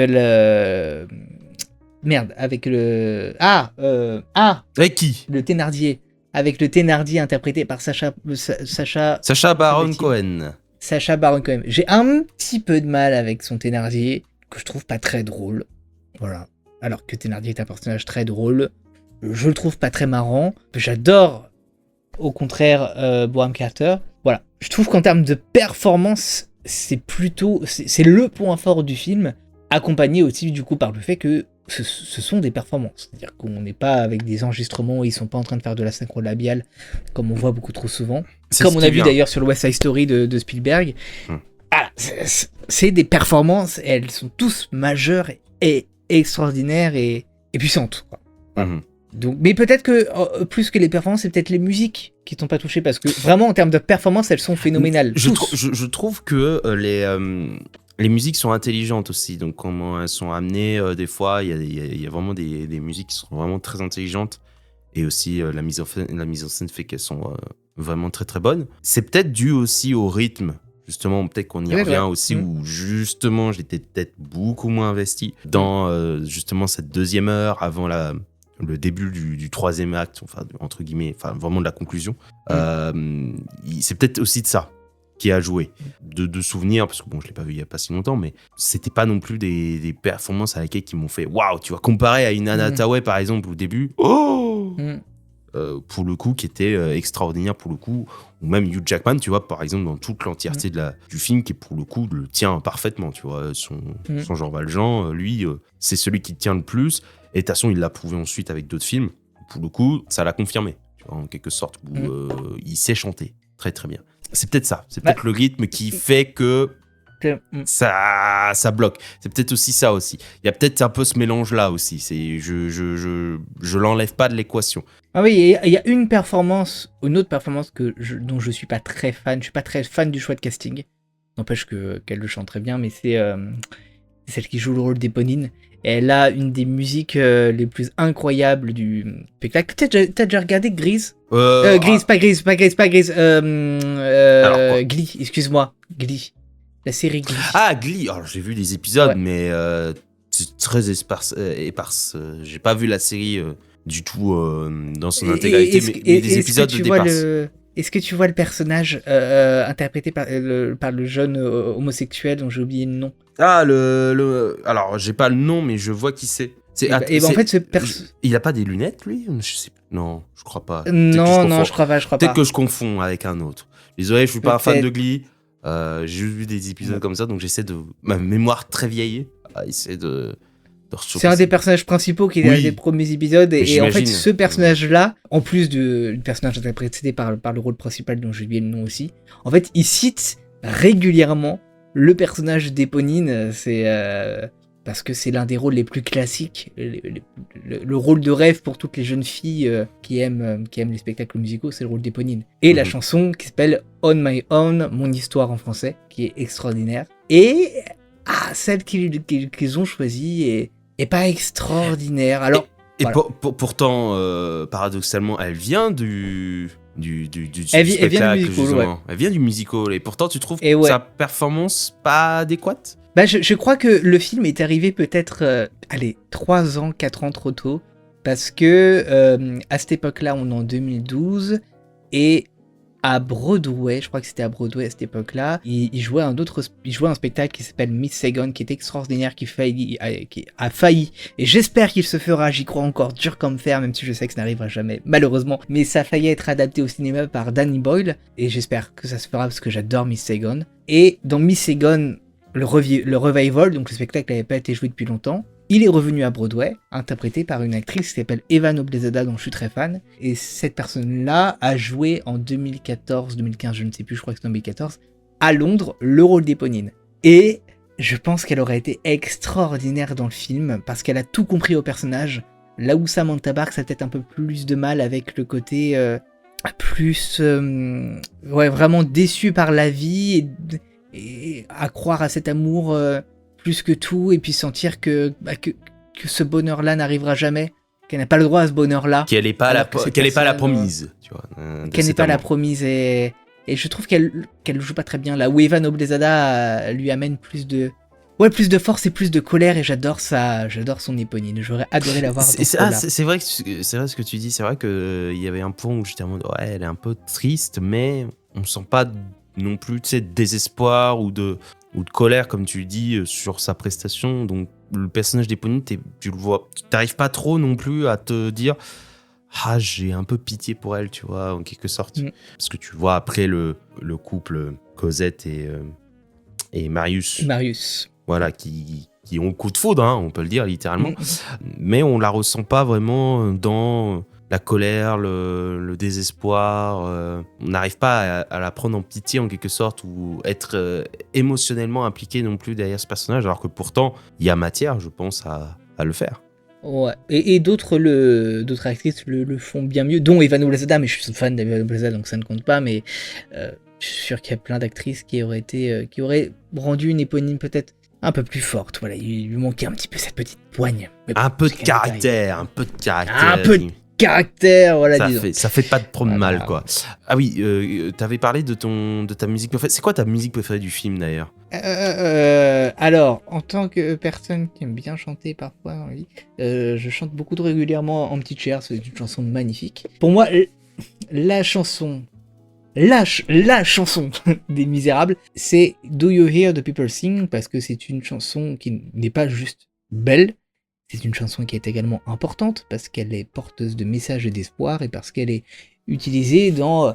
À chaque fois, je suis très surpris, parce que partout dans le monde, c'est une chanson qui est utilisée dans les grandes manifestations, donc, utilisée à Hong Kong pour les manifestations contre le gouvernement chinois, ça a été utilisé aux États-Unis, évidemment, dans les manifestations surtout anti-Trump, et en France, jamais. Alors que ça vient de chez nous, encore une fois, ça vient de chez nous. Et c'est une chanson qui est, c'est vraiment entends-tu le chant du peuple, celui qui chante dans le lointain, etc., etc., etc. Tu peux toujours courir, les barricades resteront quoi que tu fasses. Enfin voilà, c'est une chanson faite pour nous, peuple français qui aime bien gueuler. On est d'habitude les champions du monde de la grève. Ouais, exactement. Donc ça m'étonne qu'elle soit jamais chantée chez nous. Mais bref, pour moi, c'est la chanson des Misérables, celle que je préfère parce que tout simplement elle est importante au-delà de l'œuvre. Je pense qu'elle n'est pas chantée en France parce que c'est aussi une chanson anglaise. Non, c'est une chanson française. Je pense dans l'interprétation qui est faite, je pense là, telle qu'elle des Misérables, donc du film. Pour ça aussi. C'est une chanson. Non, parce que parce que c'est vrai qu'elle a été traduite, donc du coup c'est vrai que il faut que je me remette dans l'esprit. C'est vrai que la musique existe en français. Et c'est vraiment c'est le même texte, hein. C'est grosso modo c'est le même texte, même orchestration. C'était une de mes questions par la suite parce que du coup vu que pas un adepte des Misérables, je n'ai pas lu les Misérables, j'aurais voulu savoir voilà justement est-ce que les traductions sont fidèles justement à l'œuvre, est-ce que c'est une traduction lexicale pure. Bon, déjà à l'époque, quand le spectacle commençait dans les années 80, évidemment le livre est très long. Donc il s'agit de faire des coupes dans le livre. Donc il y a des coupes dans le livre. C'est pas une adaptation extrêmement fidèle au livre. On a vu pire. Mais voilà, il y a eu son petit succès. Et quand c'est arrivé en Angleterre, évidemment, il a fallu faire quelques petits ajustements pour permettre au spectacle d'être plus fort dans ses transitions, dans ses textes, etc. Et on l'a vu par exemple quand c'est revenu chez nous là l'année dernière. Je me souviens plus du pourcentage, je crois que le pourcentage c'est 40% de textes modifiés. Ah oui, quand même. Donc, entre la première version des années 80 et celle qui nous est parvenue à nos jours en 2014, le compositeur original, puisqu'il est encore vivant, celui qui a écrit les paroles, a modifié 40% des paroles pour moderniser le texte. Mais c'est ça, en fait, c'est une œuvre qui vit, c'est-à-dire de 1986, 8, je ne sais plus, de la fin des années 80 à nos jours, le spectacle a été interprété sans discontinuer, à part pendant le Covid évidemment, mais sans discontinuer partout dans le monde, en Angleterre, aux États-Unis, pas en Chine parce qu'il est interdit, mais partout dans le monde, quoi. Donc c'est un spectacle qui vraiment a vécu et qui au fur et à mesure a donc évolué, évident. Mais toutefois, la musique originale, la base originale du spectacle, son livret et sa musique, ça correspond toujours à ce qui a été fait en France dans les années 80. L'album existe, l'album français existe des années 80, la version de Mogador aussi, de je sais plus quelle année, elle existe encore, et on a encore ces textes-là. Et c'est vraiment presque identique à ce qui est joué aujourd'hui, et à ce qu'on retrouve dans le film britannique. C'est très fidèle. C'est très fidèle. C'est très fidèle, bah tant mieux. Alors au moins, ça m'enlève un poids à ce niveau-là, voilà. Où me dire, voilà, on est sur une bonne adaptation là-dessus. Tu parles aussi du fait, c'est au tout début du podcast que tu m'avais parlé de ça, c'est le fait que les Français n'aiment pas trop cette adaptation-là. Pour quelles raisons, justement, ils apprécieraient moins cette raison? Est-ce que tu as des réponses à nous donner là-dessus? Une idée de réponse, en tout cas? Bien sûr. Les Français n'ont pas cette... Les Français sont pas aussi friands de comédie musicale que peuvent être les Britanniques ou les Américains. On n'a pas cette même culture du spectacle musical. Si tu regardes nos spectacles musicaux à nous, c'est du Roi Soleil, c'est du Mozart l'Opéra Rock, c'est du Dix Commandements, Autant n'importe le vent, tout ce que tu veux.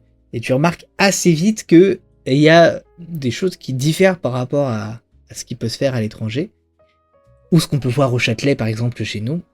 C'est que on n'a pas cette même importance. En fait, si tu vas à Broadway, par exemple, une comédie musicale, un musical à Broadway, c'est la même importance donnée au chant, au jeu, et surtout à la danse, aux chorégraphies. Là où en France, généralement, les artistes qui vont porter un spectacle, ils vont pas être très bons danseurs. Ou alors ils vont pas être très bons comédiens. Ou alors les deux. Tu vas voir un spectacle à Londres, à Broadway, un chanteur principal doit savoir tout faire. Il doit pouvoir faire des scènes dansées. La fois, je suis allé à Londres, j'ai eu la chance d'aller à Londres le mois dernier pour voir 3 spectacles. Et notamment un, parce qu'il y avait le casting de Broadway qui venait, et t'as un mec qui a 80 ballets, même un peu plus vieux, et qui a un moment où il doit vraiment danser sur scène. Et il le fait, mais divinement bien. Et ils sont censés savoir tout faire. Donc, c'est assez différent chez nous. Voilà, les spectacles chez nous, c'est des musiques plutôt pop. On va avoir des musiques calibrées pour la radio, encore aujourd'hui. Alors que non, au Royaume-Uni ou à Broadway, c'est vraiment fait pour le spectacle. T'as 2-3 chantons qui sont allés, peut-être calibrés un petit peu pour les radios au début, et encore, mais c'est pas les radios l'objectif. L'objectif, c'est de plaire au public qui affectionne les comédies musicales. Ils sont beaucoup plus nombreux dans leur pays que dans le nôtre. Mais ça tend à changer, parce qu'aujourd'hui, on a le Théâtre du Châtelet, on a le Lido 2, on a le Théâtre Marigny, on a tout ce genre de salles où on a des spectacles un peu plus intéressants. Oui, pas plus intéressants, mais en tout cas, qui reprennent les codes qu'il y a peut-être dans d'autres pays. Par exemple, chez nous, tu as Dovatia, donc qui a produit 1789, Mozart, Molière, et pour son dernier spectacle de Molière, il a vu un spectacle à Broadway ou à Londres, certainement à Londres, qui s'appelle Hamilton, qui est disponible sur Disney+, et il s'est dit « Waouh, ce spectacle est formidable, mais je comprends pas comment ça se fait que ce spectacle-là, il marche aussi bien ?» Parce que c'est un spectacle très particulier, c'est râpé pendant 2 heures. Et en fait, plutôt que de se dire « Bon, je vais faire la même chose à la sauce française », il a essayé de le faire, mais il s'est rendu compte qu'en fait, que la sauce, elle prenait pas chez nous. Là, on pourrait pas faire un spectacle original pour les Zéniths. C'est impossible. Et nous, en France, on est trop calibré spectacle Zénith. On veut trop faire des grands spectacles à grande échelle. Donc c'est très différent. Tout ça fait qu'on a une culture différente, et ce qui fait que quand on a un film comme Les Misérables qui nous arrive sur la gueule, fait pour les petites salles, fait pour un spectacle qui dure 2h30, lyrique, avec des grandes orchestrations, bah chez nous, on n'a pas l'habitude. On a l'habitude d'avoir des spectacles pop, des musiques pop, avec des scènes parlées, beaucoup de théâtre. C'est très différent. On a une culture différente du musical. West Side Story, par exemple, c'est un film où on a beaucoup plus de place au parler, tu vois. Mais des grands spectacles où ça ne fait que chanter, bah chez nous, n'existe pas. Nous, c'est trop rare. Et surtout, en fait, les Français sont, bon, pour ne pas dire un peu neuneux, c'est-à-dire, effectivement, ils arrivent, ils se disent « Oh, bah le film, il est anglais, comment ça, les Anglais, ils viennent prendre cette œuvre qui est à nous, Les Misérables, c'est Victor Hugo, etc., etc., etc. » Ils ne savent pas que cette œuvre, elle est intégralement française. Même si elle est interprétée en anglais, elle est française, elle est à nous, et elle est à chérir. C'est toutes ces raisons-là.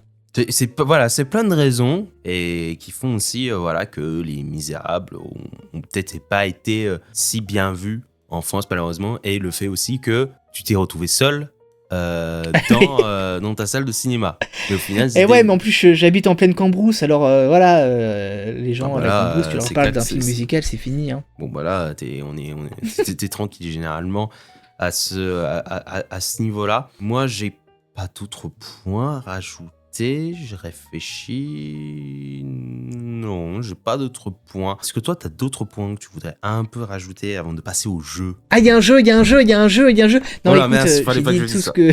fallait pas que je dise le mot jeu, c'est vrai. Oups. Non, mais écoute, je crois que j'ai dit tout ce qu'il y avait à dire sur ce film extraordinaire. Je suis désolé, j'ai beaucoup parlé, mais c'est vrai que il faut parler. N'hésite pas à parler. N'hésitez surtout pas. Je parle aussi aux futurs invités. N'hésitez pas à parler. C'est le plus important parce que justement, ça nous permet de découvrir aussi plein de choses. Parce que moi, je suis pas dans le monde magique des spectacles musicaux, mais ça m'a permis de connaître plein de choses, plein de trucs, et ça me donne aussi un peu l'envie de découvrir, tu vois, c'est ce monde-là qui peut être très intéressant. En plus, ça a commencé quand même par du très très lourd, quoi. Ça a commencé par Les Misérables, c'est pas rien, c'est une œuvre... C'est quand même une œuvre qui est quand même pas mal, qui est quand même assez importante, on peut le dire. Qui est majeure dans tous les sens du terme, et qui est quand même difficile pour nous, public français, qui sommes pas du tout habitués. Mais ouais, merci beaucoup de m'avoir donné cette occasion de parler de ce film. C'est rare qu'on parle des Misérables, alors que c'est une œuvre majeure et importante, et voilà, j'étais trop content. Je vous conseille à tous de voir ce film, qui est un film tellement beau, tellement fort, mais en même temps je peux comprendre quoi. 2h30 de chant où ça s'arrête jamais, ça peut être un petit peu compliqué. Donc auquel cas, voyez d'autres trucs, il y a plein d'autres films super. Là je pense à Aladdin, le dernier live action de Disney, qui a plein de défauts, mais qui vient choper des choses intéressantes dans le spectacle de Broadway, que j'ai vu aussi. Et qu'est-ce que vous pouvez voir d'autre? Vous pouvez voir Dear Evan Hansen qui est sorti l'année dernière, qui est un super film aussi, plein de défauts également, qui prend peut-être pas tout ce qu'il y a à prendre dans le spectacle, mais qui est un film efficace. Et puis surtout, là je pense à In the Heights, film composé par Lin-Manuel Miranda, qu'on retrouve beaucoup chez Disney ces derniers temps, et qui est un film particulièrement intéressant, où on retrouve un petit peu le registre pop qu'on a dans notre comédie musicale à la française, où on a pas mal de moments de comédie, donc qui peuvent vous plaire. Voilà, plein de films comme ça qui peuvent être une alternative intéressante aux Misérables. Et puis, au moment où vous serez prêts, découvrez Les Misérables, qui est un film, encore une fois, extraordinaire, et c'est mon film préféré, donc voilà. C'est logique. Merci encore. Voilà, mais c'est très bien. Voilà, sur ces belles paroles de sagesse et sur ces belles recommandations, on va passer directement au jeu. Oui, c'est trop bien. Le jeu. C'est trop cool. Ouais, c'est trop cool s'il n'y avait pas eu des problèmes techniques. Voilà, voilà, c'est. Ouais. Je peux. Alors là, on rigole, mais je peux vous assurer que je pleure, je crie de rage parce que c'était déjà trop. Alors non, il y a pas de désolé qui marche. C'est aussi une erreur aussi de moi, parce que on va être très transparent. On avait record chacun de notre côté, la voix de Vincent, pour pas qu'on ait de problème. Moi, dans mon retour, je l'avais entendu avec une voix robotique que je vais vous mettre un petit extrait. Le mec il triche sur halluciné en même temps, tu sais, tu vois. Alors, voyons voir. Alors, laisse-moi réfléchir. Donc vous imaginez bien. Ça. Non, mais... Voilà. Si, ils ont le droit d'avoir cet extrait. Voilà, ils ont le droit d'avoir cet extrait pour qu'ils comprennent que s'ils avaient eu ça, mon podcast serait fait boycotter d'une façon monstre. Et bien sûr, on s'est dit non, on va pas refaire le jeu parce que justement, il y a plus l'effet de surprise. C'est nul, c'est à chier. Du coup, il y aura pas de jeu. Malheureusement, c'est bien triste parce que c'était trop bien. On avait 40 minutes derrière encore de discussion pure, marrante, mais on a quand même donné les grands détails, le grand détail, le gros est toujours là, ça fait plaisir. Mais voilà, malheureusement, je suis désolé, c'est la première fois que ça arrive et j'espère bien que c'est la dernière parce que sinon je vais péter un plomb, parce que je peux vous assurer que j'étais pas content, on va dire, de ce qui s'est passé avec cette voix robotique, parce que littéralement, l'expérience que ça aurait dû être si vous avez entendu, c'était ça. Voilà, bonjour. Aujourd'hui, voilà. Alors, je sais pas quel acteur il aurait fallu qu'on ait. Voilà, vous comprenez que ce n'est pas gérable, ce n'est pas et encore, ça aurait été pire. Sauf que là, c'est une version édulcorée, parce que là, j'ai un bon micro, le truc il est bien calibré, mais je peux vous assurer que ce que vous avez, c'est pas audible. C'est pas audible. Non, faut se calmer. Donc je suis vraiment désolé, mais c'était quand même extrêmement fun, mon cher Vincent. Même si il ne reviendra jamais ici, je peux vous assurer, parce que bon, un chat noir. J'ai adoré. Oui, non, alors certes t'as adoré, mais un chat noir comme ça, j'ai jamais vu ça de ma vie. C'est une honte. Ah oui, c'est moi le problème, d'accord. Ouais, moi je refais la chose. Non mais mais c'est-à-dire, chers amis qui nous écoutez, je vais vous dire, je suis en partie fautif de ce qui vient de se passer. C'est-à-dire que, en fait, mon truc d'acquisition a été branché sur un hub USB. Et cet hub USB, je sais, genre, si je branche ma souris dessus, que parfois il y a des petits problèmes. Et en fait, effectivement, là, au bout d'1h20, il s'est dit non.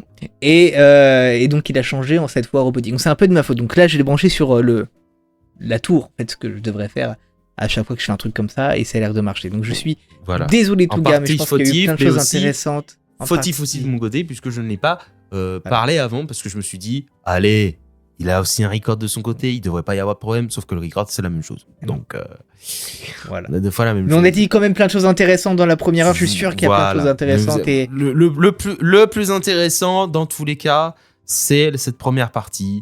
Voilà, on a parlé du film, on vous a donné toutes les indications. Le jeu est un petit bonus, hein. Ce n'est pas le jeu qui va faire toute la beauté du film. Là, c'était juste des castings différents. On peut en reparler un petit peu. Bon, il n'y a pas la surprise maintenant, mais on peut en reparler un petit peu de ce casting qui aurait pu être différent. Par exemple, Russell Crowe dans le rôle de l'inspecteur Javert, ça aurait pu être du coup son ami Paul Bettany qui joue Vision dans les Marvel, par exemple, pour ne citer que. Aussi, on a le Thénardier, donc joué par Sacha Baron Cohen, qui aurait pu être joué par Geoffrey Rush, tout simplement. Donc, Monsieur Barbarossa dans Pirates des Caraïbes, dans la saga Pirates des Caraïbes, mais aussi présent dans Le Discours d'un roi, aussi Tom Hooper. Donc voilà, il y a des petits liens qui se créent. Et surtout, la dernière partie, c'était le Big Boss, on va dire, le rôle de Éponine. Et oui, Éponine. Et oui, parce j'ai failli l'oublier. Éponine, qui aurait pu être jouée par Taylor Swift, à une époque où... Qui a foiré... Le plus important, hein, voilà, le plus important, c'est de dire qu'elle a foiré son casting. Eh oui, parce qu'à l'époque... Une star comme ça... Parce qu'à l'époque, c'était pas la méga star. C'était pas la méga star de Cats. On rappelle. Pas la méga star de Cats. Oui, parce que c'est lui qui l'a dit. Hein. C'est la méga star de Cats. Sauf que moi, c'est très ironique. Voilà, c'est la méga star de Cats. Est-ce que le film aurait eu le même traitement que Cats si elle était dans le film ? Non, je rigole. Non. Je vois une armée de Swifties là, qui arrivent, qui vont me tuer pour avoir dit ça. Je suis désolé. C'est de l'humour. On se calme. C'est de l'humour. S'il vous plaît, ne m'assassinez pas. Je sais que vous mettez Taylor Swift dans un piédestal. Je connais pas ses musiques, donc je peux pas vous dire. Mais enfin, pardon. Mais enfin, reste qu'elle a fourré son casting. Mais elle a fourré son casting. Il faut s'imaginer une Taylor Swift qui est maquillée, qui est habillée de manière, enfin, comme une pauvre, tu vois. Donc elle est dégueulasse de partout. Et en plus, elle foire son casting. Donc, pardon les Swifties, mais mettez-vous cette image dans la tête. Voilà. Juste. Voilà. Elle était pas. Voilà. Elle était pas. Elle était pas. Voilà. Je peux pas dire plus. Voilà. Elle était pas. Elle avait pas le full package pour le film, malheureusement. C'est comme ça. Voilà. Elle a manqué d'un truc. La country, ça marchait pas. Ça marchait pas la country à cette époque pour elle, pour faire Les Misérables, malheureusement. Pour le coup, le flair n'était pas très présent. Dommage. Parce que maintenant, elle essaie une méga Moi, star. j'aurais bien aimé l'avoir dans ce rôle-là quand même. Je pense qu'elle aurait été... Ça aurait pu être intéressant de voir ce qu'elle aurait pu proposer. Bah, en tout cas, c'était un super jeu. C'était très chouette. C'est un super jeu, mais j'ai oublié une ligne. Hein. On n'avait pas fini. Parce qu'on avait parlé aussi de Fantine. Il y avait oublié oui, c'est vrai. Et oui, de Anna Tawai. Qui là, pour le coup, il y avait une belle brochette d'actrices qui auraient pu être là. On va commencer par les deux moins connus, Jessica Biel et Rebecca Hall. Mais après, là, on a que de la star. Tu vois, on a du star. On a Kate Winslet qui aurait pu participer pour interpréter le rôle de Fantine. C'est quoi déjà ta réaction initiale à Kate Winslet en Fantine ? Alors, plutôt relativement pas vraiment d'accord. Relativement pas d'accord. Bon, je suis catégoriquement pas d'accord. Voilà, c'est ce que j'avais entendu. Voilà, c'est un non catégorique. Non catégorique sur Kate Winslet. Voilà. Ouais, je la vois très très mal dans ce rôle-là. Dans ce rôle-là. Mais par contre, l'autre personne qui aurait pu être très très bien dans le rôle, qui aurait pu très bien remplacer Anna Tawai et Cocorico, c'était Marion Cotillard. Et elle, pour le coup, ça aurait été cool. Elle avait toutes les qualifications. Si vous savez pas, c'est elle qui a interprété Edith Piaf dans La Môme. Immense succès, extrêmement récompensée. Elle a une voix, elle sait chanter. Elle aurait fait une très très bonne Fantine. Ça aurait été le remplacement parfait. S'il y avait eu un problème avec Anna Tawai, le remplacement parfait aurait été avec Marion Cotillard. Donc voilà. On vous a quand même donné le jeu. Mais malheureusement, c'était mieux tout à l'heure parce que il y avait un jeu de pistes. Il y avait la surprise. Il y avait les jeux de pistes, les indices. Vincent qui cherchait pendant des heures. Qui c'est pour pas trouver. Ouais, puis je passais pour un idiot. C'est-à-dire que comme j'ai aucune mémoire des prénoms et des noms, je connais pas Marvel, je connais pas truc et machin, en fait, je connais pas le nom des acteurs et des actrices. Et du coup, c'était très fun parce que du coup, il fallait trouver les indices pour vous dire, ok, c'est quel personnage, c'est qu'il a fait ça. C'était plutôt marrant à ce niveau-là. Vous ne pourrez jamais écouter ça. Mais non. puisque Touga a fait une erreur. Voilà, Je m'excuse. qui est assez impardonnable en fait. Non. Voilà. Je vous ai trahi. Vraiment. Je vous ai trahi. Ouais. Oui, je le sens un peu comme ça, c'est vrai. Ouais, je vous ai trahi. Je le dis, je vous ai trahi. Je vous ai trahi. Putain. c'est Mais compliqué. du coup, ouais, merci Touga, parce que c'était grave cool, c'était trop intéressant et j'étais trop content de parler de ce film. C'était trop chouette. Et je préchote ta question. Ah. Je préchote ta question. Mais non, il préchote Vous ta pouvez me question. retrouver sur mes réseaux Vincent-MLL sur Instagram et sur TikTok, ainsi que sur YouTube, Vincent Milleville. Vous pouvez notamment écouter mon podcast qui s'appelle Tu te fais des films, où j'invite des créateurs et des créatrices de contenu à parler de leur activité. À l'avenir, je rencontrerai aussi, pourquoi pas, je l'espère, des actrices et des acteurs, des techniciennes, des réalisatrices et des réalisateurs, afin de parler de leur métier, parce que c'est toujours cool de parler des métiers qu'on ne connaît pas. Voilà, c'est intéressant de faire découvrir aux gens qui ça pourrait être intéressé. Je fais aussi du contenu avec Fabrice Lucchini, et je ne parle pas du vrai Fabrice, je parle du cinéma Thibaut, mais Ah bon voilà. Non, mais là, non, j'y crois pas. J'y crois pas. Ah, je sais. T'es en train de me dire que c'était une mascarade depuis le début? C'était pas le vrai Fabrice? C'était une mascarade. Non. Eh non, je sais que c'est assez impressionnant, mais c'est pas le même.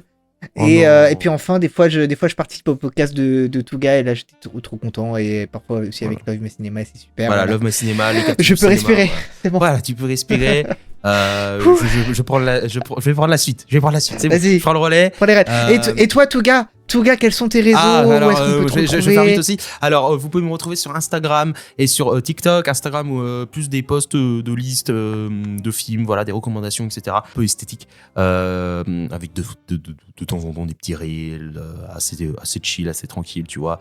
Pas trop prise de tête. Et sur TikTok, pas trop de vidéos en ce moment, mais dès que j'aurai fini toute cette tournée de podcasts que je dois faire, eh ben, je refais les vidéos où je parle du cinéma de manière générale, de plein de questions que vous m'envoyez pour que je puisse y répondre avec un peu de montage, etc. Et ma belle douce voix comme d'habitude. Et enfin, j'ai un autre podcast, cette fois-ci en tant que co-animateur, parce que je suis avec le Big Boss, on vient d'en parler, Love My Cinéma, où c'est très simple, on parle de plein de sujets du cinéma, avec plein d'invités, en mode apéro, en mode ultra détente, très improvisé, pardon, avec aucune organisation comparée à travers le projecteur. Et c'est extrêmement fun, avec des débats extrêmement intéressants. Et je vous encourage à aller écouter, parce que ce sont pas mal de sujets divers et variés. Donc je vous recommande vraiment d'aller écouter. Aussi, pour à travers le projecteur, bien sûr, comme je l'ai dit au tout début du podcast, vous pouvez noter, et surtout, j'aimerais bien que vous notiez cet épisode et aussi ce podcast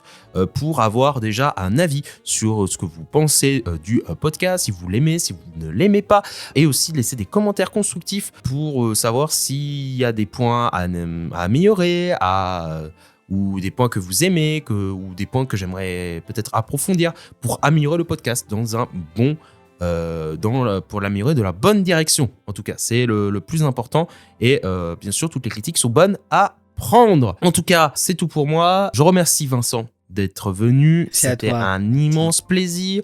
J'ai adoré cet épisode, malgré les difficultés techniques. C'était incroyable, beaucoup aimé. Au moins, il est atypique à sa manière, dans tous les cas.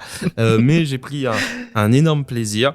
Et sur ce, je vous redonne rendez-vous dans 2 semaines pour un nouvel épisode de À travers le projecteur, pour parler d'un film préféré. Petit indice, on parlera d'un film d'un réalisateur qu'on a déjà parlé dans l'un des derniers épisodes de À travers le projecteur. Voilà, donc c'est le petit indice. Maintenant, je vous donnerai 2-3 petits indices pour vous donner un peu plus de hype pour le prochain épisode. C'est Christopher Nolan. Peut-être, on ne sait pas. Ça peut être aussi Tim Burton, ça peut être aussi plein d'autres. Donc, on verra. Est-ce que Vincent a eu raison?